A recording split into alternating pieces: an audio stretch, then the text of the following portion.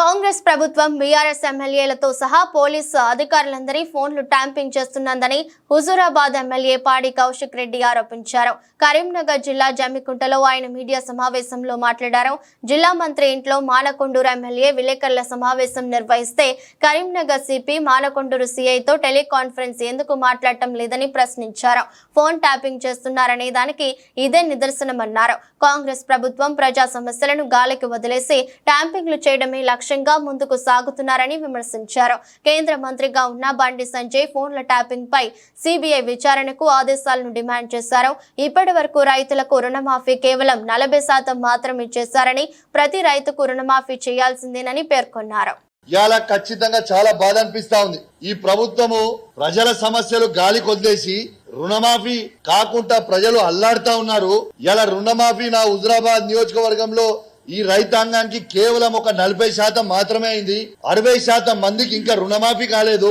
నేను వచ్చేటప్పుడు కేసీఆర్ గారు కట్టించిన రైతు వేదికలలో విపరీతమైన జనం ఉన్నారు. ఏందే మీరు ఇక్కడ ఇంతమంది ఉన్నారంటే, సార్ ఇంకా మాకు రుణమాఫీ కాలేదు, ఏమనంటే ముఖ్యమంత్రి గారు మేము మొత్తం చేసినామని చెప్తున్నారు అని చెప్తా ఉన్నారు. చాలా బాధ అనిపిస్తా ఉంది. వాస్తవంగా బ్యాంకర్స్ మీటింగ్ పెట్టినప్పుడు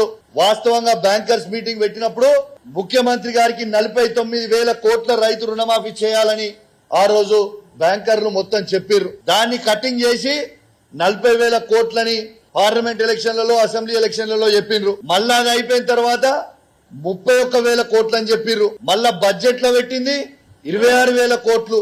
మళ్ళా యాక్చువల్ రుణమాఫీ చేసింది 17,000 కోట్లు. ఆ 17,000 కోట్లు చేసిర్రా లేకుంటే చేయలేదా అనేది కూడా అనుమానం కలుగుతా ఉంది. మళ్ళా బ్యాంకర్స్ తో మీటింగ్ పెట్టుకున్నప్పుడు ఆర్థిక శాఖ మంత్రి గారు బట్టి విక్రమార్క గారు ఏమంటారు, 7,500 కోట్లు మాత్రమే రిలీజ్ చేసినామంటారు. అరే అసలు ప్రజలని ఎందుకు ఇట్లా అబద్ధాలు ఆడుతురు, ఏం చేయాలనుకుంటుర్రు, రైతులకి రుణమాఫీ ఎందుకు చేస్తలేరు?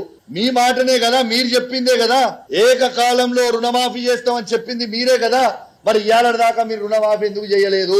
దీని మీద పట్టించుకోమంటే రుణమాఫీ కాలేదురా బాబు అని రైతులు మొత్తం తిరుగుతా ఉంటే అందరూ వాళ్ళ పేపర్లు జిరాక్సులు తీసుకుపోయి ఏలను కలిసి ఇబ్బంది పడతా ఉంటే వీళ్ళు చేసే పని ఏంటిదే? వీళ్ళకి రుణమాఫీ చేసే మీద శ్రద్ధ లేదు. సిపి గారు ఫోన్ ట్యాపింగ్ చేయాలి, ఎమ్మెల్యేల ఫోన్ ట్యాపింగ్ చేయాలి, ఎమ్మెల్సీల ఫోన్ ట్యాపింగ్ చేయాలి, ఎంపీల ఫోన్ ట్యాపింగ్లు చేయాలి, సిఐల ఫోన్ ట్యాపింగ్ చేయాలి, ఏసీపీల ఫోన్ ట్యాపింగ్ చేయాలి, ఎంఆర్ఓల ఫోన్ ట్యాపింగ్ చేయాలి.